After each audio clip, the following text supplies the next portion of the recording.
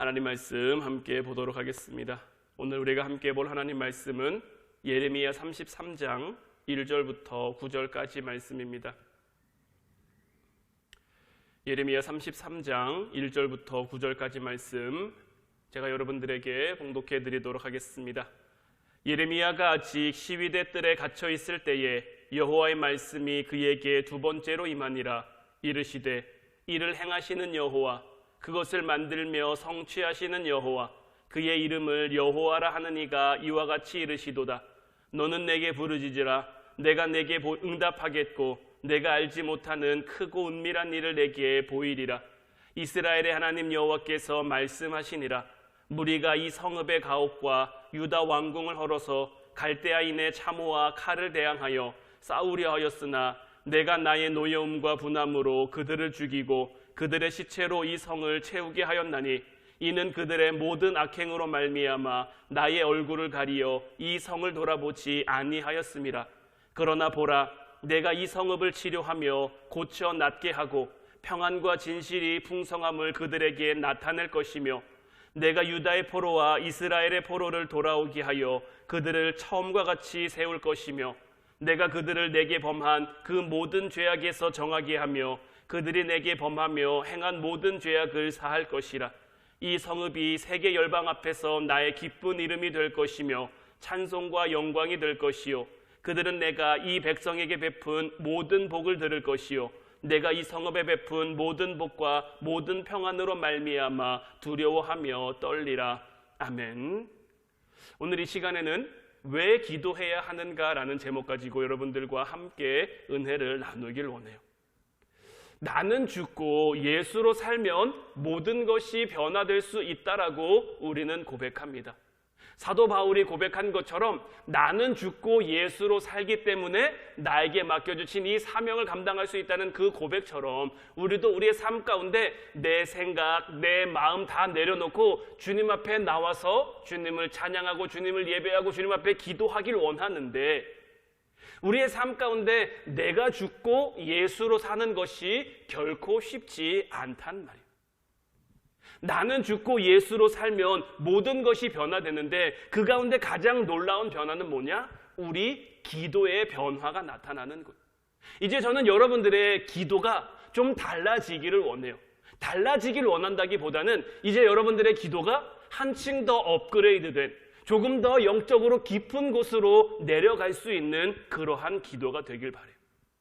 우리가 기도할 때 이거 주세요, 저거 해주세요, 이거 해주시면 안 됩니까? 저거 이루어주시면 안 됩니까? 물론 이런 기도도 우리에게 필요하지만 이제 이런 기도를 넘어서 주님 한 분이면 나에게 충분합니다.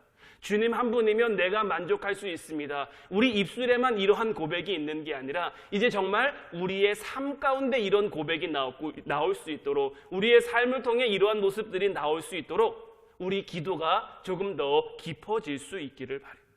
예수님이 우리와 함께 하시면 예수님과의 온전한 연합이 우리에게 이루어지면 주님이 우리의 삶의 답이 되어주시죠. 사도 바울이 모든 힘든 순간 모든 힘든 상황마다 주님을 바라보며 주님을 의지할 수 있었던 것은 주님과의 온전한 연합이 이루어졌기 때문인 거예요.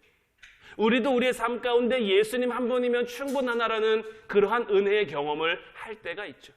지난 삶을 돌이켜보면 지난 시간들을 돌이켜보면 정말 주님이 우리의 삶을 인도하셨고 주님이 우리의 삶을 이끄셨는데 오늘을 살아가고 있는 우리의 삶의 모습이라든지 앞으로 다가올 우리의 삶의 모습에서 우리가 쉬 확신하지 못하고 쉬 믿지 못하는 그런 부족한 모습들이 나타날 때가 너무 많은 거죠.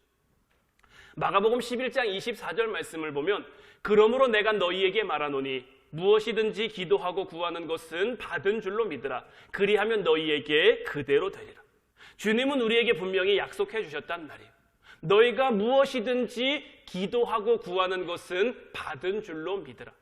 우리가 기도하고 믿으면 하나님께서 이루시겠다라고 약속하셨는데 우리가 분명히 알아야 될 것은 뭐냐면 이 말씀이 우리가 무엇을 구하든지 우리의 기도에 응답해 주시겠다라고 하신 것은 아니다라는 거예요.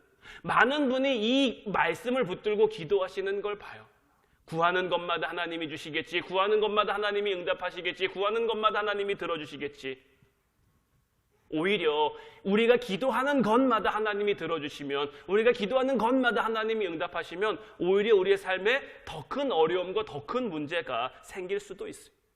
왜냐하면 기도라는 것은 근본적으로 하나님이 하고자 하시는 것을 우리의 기도를 통해 이루어 가시는 것이기 때문이에요.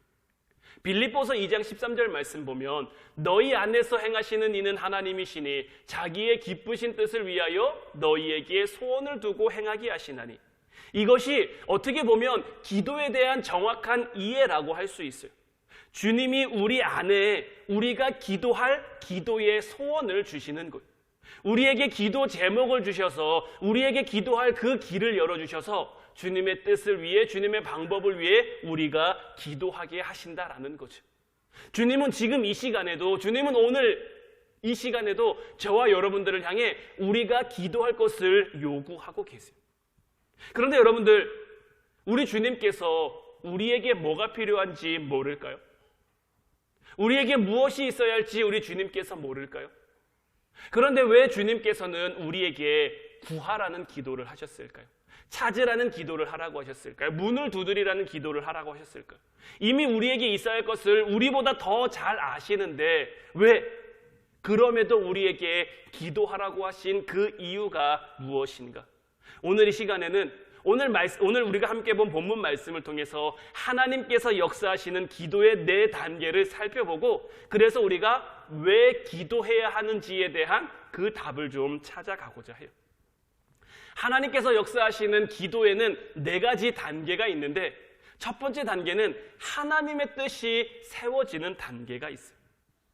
오늘 본문 2절 말씀을 보면 이를 행하시는 여호와, 그것을 만들며 성취하시는 여호와, 그 이름을 여호와라 하는 이가 이와 같이 이르시도다. 하나님께서는 예레미야를 통해 하나님의 뜻을 알게 하셨어요. 하나님의 작정하신 그 뜻을 예레미야로 하여금 깨닫게 하셨단 말이에요. 우리의 삶 가운데서도 마찬가지예요. 하나님께서는 우리의 삶을 향한 하나님의 뜻을 세워두셨어요.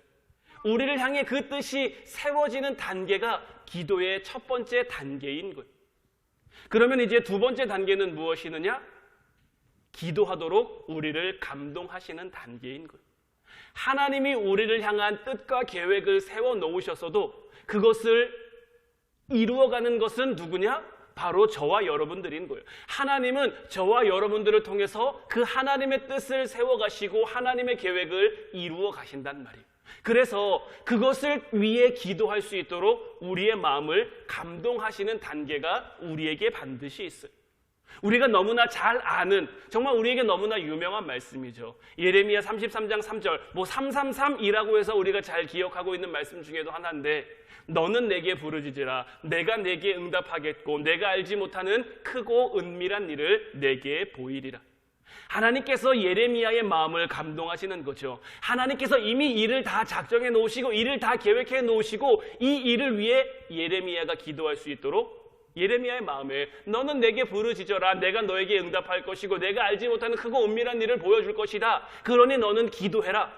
오늘 이 시간 저와 여러분들에게도 주님께서는 동일한 말씀을 들려주시는 줄로 믿습니다. 우리가 하나님의 이름을 부를 때, 우리가 하나님의 이름을 앞에 부르짖을 때 하나님이 우리에게 응답하시며 우리가 알지 못하는 크고 은밀한, 하나님이 이미 계획해 놓으신, 하나님이 이미 작정해 놓으신 그 뜻을 우리로 알게 하실 줄로 믿어요.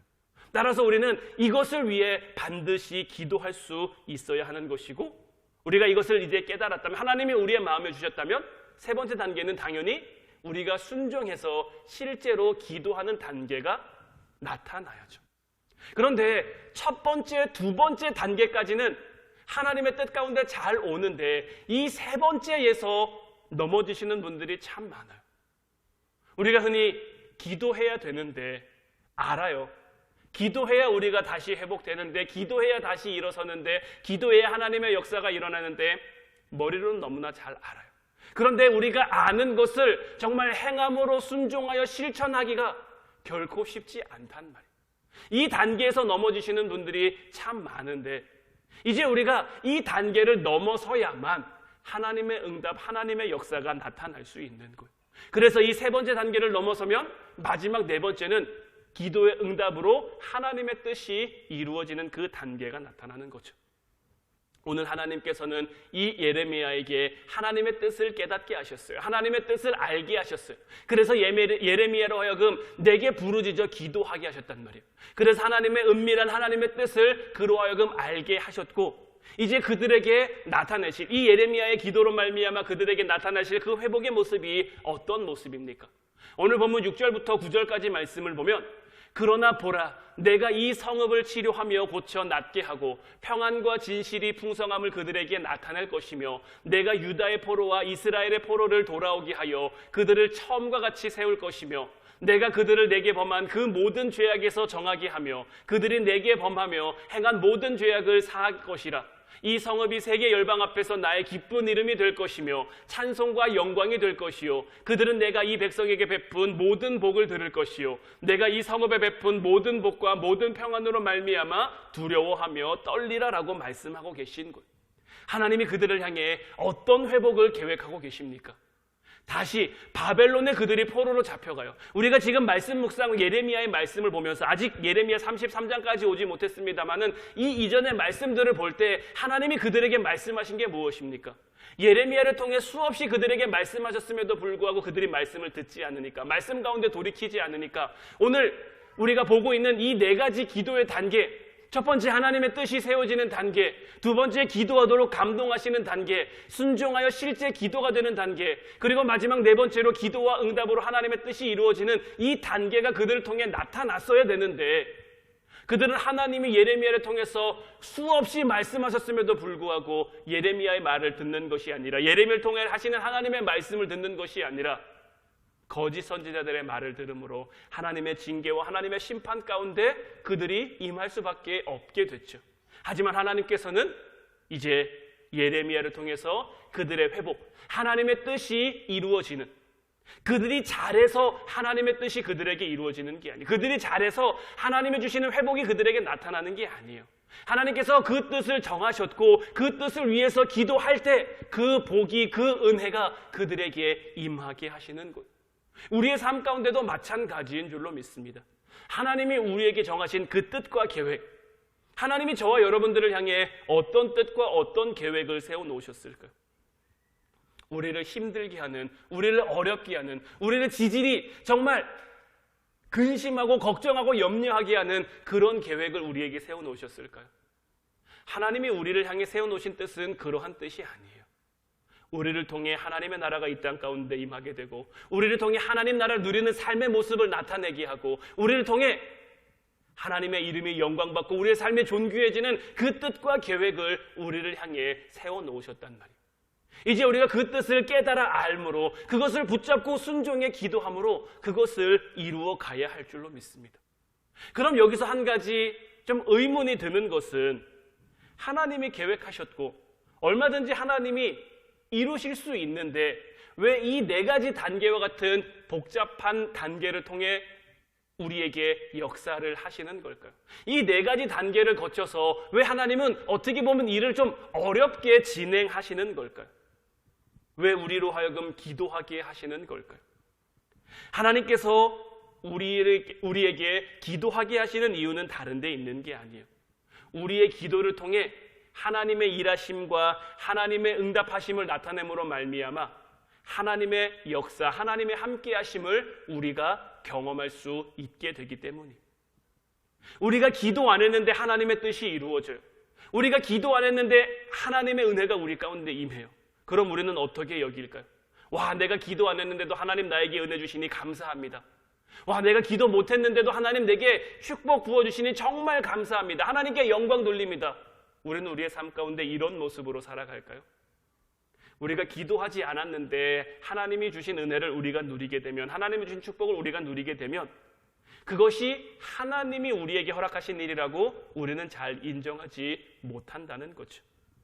자연히 일어난 일이라고 여기거나, 아니면 다른 사람들이 나를 도와줬기 때문에 이렇게 됐다고 여기거나, 혹은 운이 좋아서 이런 일이 나에게 일어났다라고 우리가 얼마든지 여길 수 있다라는 거죠. 그래서 우리가 기도하고 또 우리가 기도할 때 하나님이 응답하시는 그 방법을 통해 하나님의 일하심을 나타내므로 기도했더니 하나님의 뜻이 이루어지는구나, 기도했더니 하나님의 역사하심이 나타나는구나, 기도했더니 하나님의 어떤 응답하심과 하나님의 섭리하심이 나타났구나, 이것을 우리가 알게 되고 경험하게 되는 거죠. 하나님께서 아브라함 한 사람을 택하시고 그 아브라함으로 하여금 모든 민족의 조상이 되게 하셨어요. 복의 근원이 되게 하셨단 말이에요. 그리고 이 아브라함의 삶을 가만히 우리가 잘 들여다보면 아브라함은 가는 곳마다 제단을 쌓았어요. 이 제단이라는 의미를 우리가 여러 가지로 받아들일 수 있겠습니다만은 그 제단을 통해 이 아브라함은 무엇을 구하고 있는 겁니까? 하나님의 뜻을 구하고 있는 거예요. 내가 지금 여기까지 올 수 있었던 것이 하나님의 뜻과 하나님의 계획이었고 그 뜻과 계획을 따라 내가 여기까지 왔으니 이 제단을 통해 내게 역사하셔서 이 기도를 통해 주님 내게 응답하셔서 나를 향한 하나님의 뜻을 알게 하시고 그 뜻에 순종하는 삶을 살아가게 하옵소서. 물론 처음부터 아브라함이 이것을 잘 할 수 있었던 것은 아니죠. 그도 그의 생각대로 그의 마음대로 큰 흉년이 들자 애굽으로 내려가기도 했단 말이에요. 자기 마음에 좋은 대로, 자기 생각에 좋은 대로 이렇게 하는 게 내 삶에 더 낫지 않은가? 이렇게 하는 것이 내 삶에 더 유익하지 않을까? 그런 방법으로 애굽에 내려갔지만 결국 그런 모든 과정을 통해 하나님이 그에게 깨닫게 하신 것은 무엇입니까? 나의 인도하심과 나의 함께함 속에 살아갈 때 너희가 가장 복되고 가장 형통할 수 있다. 이것을 아브라함에게 깨닫게 하신 것이고 아브라함이 이것을 깨닫고 나니까 그의 아들 이삭까지 하나님이 바치라고 했을 때 그는 주저없이 하나님 앞에 그 아들 이삭마저도 드릴 수 있게 된 거예요. 하나님의 응답하심과 하나님의 역사하심을 그의 삶을 통해 깨달으니까 기도하지 않을 이유가 그에게 없는 거죠. 하나님 앞에 묻지 않을 이유가 그에게 없는 거죠. 하나님의 뜻대로 살아가면 하나님이 아브라함에게 주신 복이 얼마나 많습니까? 얼마나 복이 큽니까? 가는 곳마다 형통하게 하시고 가는 곳마다 승승장구하게 하시고 가는 곳마다 그를 부하게 하시고 그래서 정말 복의 근원으로 그래서 우리가 아직도 하나님의 이름을 찾고 하나님의 이름을 부를 때 아브라함의 하나님, 이삭의 하나님, 야곱의 하나님이라고 하는 것이 이 얼마나 영광스럽고 얼마나 복된 일입니까? 이제 저와 여러분들을 통해서도 이와 같은 하나님의 뜻이 나타나고 실현될 수 있기를 바라요. 정말 우리의 삶 가운데 놀라운 것은 무엇이냐? 하나님이 우리에게 응답해 주시는 것도 물론 놀라운 일이죠. 하나님이 우리 기도를 통해 하나님의 역사를 나타내 주시는 것도 정말 귀하고 복된 일이지만 그보다 더 놀라운 일은 무엇입니까? 하나님이 우리의 기도를 듣고 계시다라는 거죠. 내가 가장 힘든 순간에도, 내가 가장 아픈 순간에도, 내가 가장 외로운 순간에도 우리가 말씀 나누기 전에 찬양으로도 불렀습니다마는 한나라는 여인이 하나님 앞에 기도하죠. 정말 술 취한 것처럼 보일 정도로 간절하게 하나님 앞에 기도했을 때 하나님은 그 기도를 듣고 계셨거든요. 그리고 그를 통해 하나님의 뜻이 이루어지게 하셨거든요. 이제 저와 여러분들을 통해서도 이와 같은 하나님의 뜻이 이루어질 수 있기를 주님의 이름으로 축원해 드립니다. 우리 하나님께서 우리에게 정말 원하시는 것이 바로 이러한 거예요. 그래서 우리로 하여금 기도하게 하시는 것이고 우리가 왜 기도해야 되느냐? 하나님의 뜻이 우리를 통해 이루어질 수 있기 때문인 거예요. 이제 우리 찬양하고 같이 기도하기를 원하는데 하나님, 이제 우리의 삶을 통해 하나님이 역사하여 주시길 간절히 바라옵곤 합니다. 이제 우리의 삶이 하나님의 뜻을 이루어가는 과정이 되게 하시며 이제 우리의 걸음이 하나님의 뜻을 성취해가는 그 걸음이 되게 하옵소서.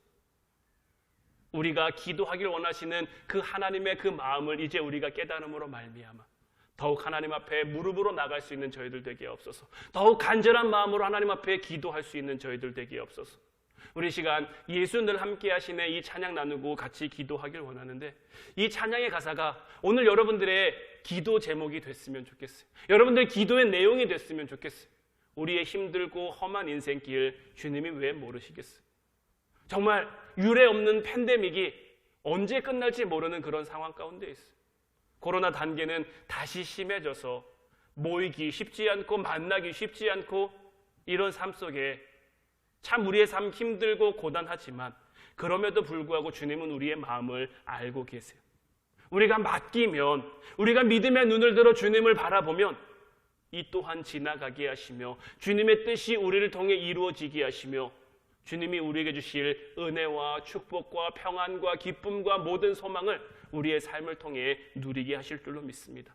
우리 찬양하고 같이 기도하도록 하겠습니다.